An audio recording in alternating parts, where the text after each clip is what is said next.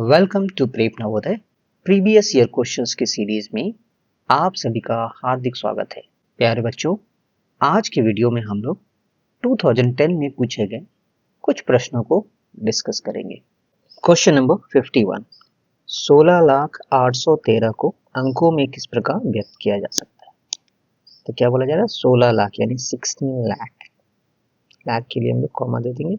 इसमें देखिए हजार के बारे में कुछ नहीं बोला गया है, हजार वाला मिसिंग है, इसके लिए हम लोग 2 0 देंगे हजार के लिए, हम कॉमा देंगे। 813 यानी 813 कैसे लिखेंगे? 813, ये होगा हमारा आंसर। ये मैच करता है ऑप्शन नंबर सी से। क्वेश्चन नंबर 52, किसी पार्क में 14 पंक्तियां हैं और हर पंक्ति में 420 गाड़ियों के खड़ी होने की जगह है। पार्क में कुल कितनी गाड़ियां खड़ी की जा सकती है? तो एक पंक्ति में बोला जा रहा है कि 420 गाड़ी खड़ी हो सकती है और हमारे पास कितनी है? 14 पंक्तियां हैं। 14 पंक्तियों में कितनी गाड़ी होंगी? 14 गुने 420 गाड़ी, यानी ये हमको कैलकुलेट करना है। तो इसको हम या तो कॉलम मेथड से कैलकुलेट कर ले या नॉर्मल हॉरिजॉन्टल मेथड से भी हो सकता है। जैसे 14 का टेबल आता है तो 14 का पहाड़ा पड़ेंगे 0 तक, 0 हो जाएगा, 14 दूना 28, बचेगा 2, 14 4 के 56, 2 58।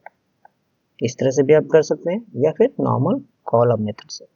4 का पहाड़ा पड़ेंगे 0, 8, 16, 1 का पहाड़ा तो ये आ जाएगा 420, ये 0, ये 8 हो गया, ये 8 हो गया, ये 5 हो गया। आंसर आ गया ऑप्शन नंबर ए।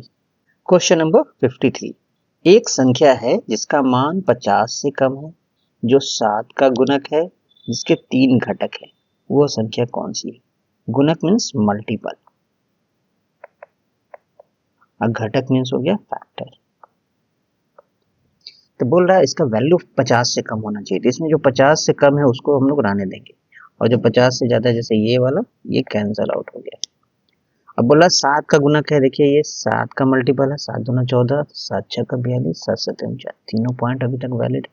जिसके 3 घटक है, तो अब हम लोग क्या करेंगे? सबका फैक्टर निकालेंगे। 14 का फैक्टर जब निकालेंगे तो 1 इंटू 14 लिख सकते हैं इसको, 2 इंटू 7 लिख सकते हैं, यानी इसके फैक्टर है 1, 2, 7 एंड 14, 4 फैक्टर है। बोल रहा है इसका 3 ही फैक्टर होने चाहिए। 42 का भी करेंगे तो वैसा ही होगा, 1 इंटू 42, 2 इंटू 21, और भी फैक्टर्स निकलेगा, लेकिन हमको ऑलरेडी दिख रहा है कि 4 फैक्टर है, 3 से ज्यादा है, 1 2 3 4 और भी इसके फैक्टर है, लेकिन जरूरत नहीं है आगे। 49 पे जाएंगे, 49 को क्या लिख सकते हैं? 1 इंटू 49 और 7 इंटू 7, इसके फैक्टर है 1 है, 7 है, 49, यानी 3 घटक है, 3 फैक्टर है। तो हमारा करेक्ट आंसर हो गया option number C. Question number 54, 61 by 10,000 को दशमलव में किस प्रकार व्यक्त किया जा सकता है? किसी भी नंबर, कोई भी नंबर, जैसे होल नंबर है 61, इसको हम लोग ऐसा भी लिख सकते हैं, जितना जीरो लेफ्ट में मन है उतना लगा सकते हैं और इसके राइट में सबसे आखिरी में डेसिमल भी लगा सकते हैं, डेसिमल के बाद जितना जीरो उतना लगा सकते हैं, ऐसा लिख सकते हैं। यानी हम जैसा चाहे इस नंबर के लेफ्ट में जितना जीरो मन है लिख सकते हैं, इस नंबर के बाद अगर डेसिमल लगा देते हैं तो राइट में जितना मन है उतना जीरो लिख सकते हैं। तो इस केस में हम लोग क्या करेंगे? 61.0 लिख सकते हैं और साथ ही लेफ्ट में हम लोग कुछ जीरो लगा देंगे, जितनी मन है उतना लगा सकते हैं। डिवाइड बाय क्या है? 10,000। अब ध्यान देना है कि जब 10 से, 100 से, 1000 से, 10,000, लाख, यानी 10 के मल्टीपल से डिवाइड करते हैं तो इसमें जितना जीरो होगा, जैसे इसमें 4 जीरो है, उतना पोजीशन ये डेसिमल लेफ्ट की तरफ मूव करेगा, यानी यहाँ चला जाएगा। इस केस में 1 पोजीशन, 2 पोजीशन, 3 पोजीशन, 4 पोजीशन, यानी यहाँ चला आएगा डेसिमल इस पोजीशन पे, यानी हमारा आंसर हो जाएगा 0.0061। चाहे तो हम आगे 0 लिख सकते हैं, उससे कोई फर्क नहीं पड़ता और हमारा आंसर मैच करेगा ऑप्शन नंबर डी से। क्वेश्चन नंबर 55, अनीता ने 11:55 पूर्वाह्न पर एक घोड़े का चित्र बनाना शुरू किया और 12:05 अपराह्न पर उसे पूरा कर लिया। उसे चित्र पूरा करने में कितना समय लगा?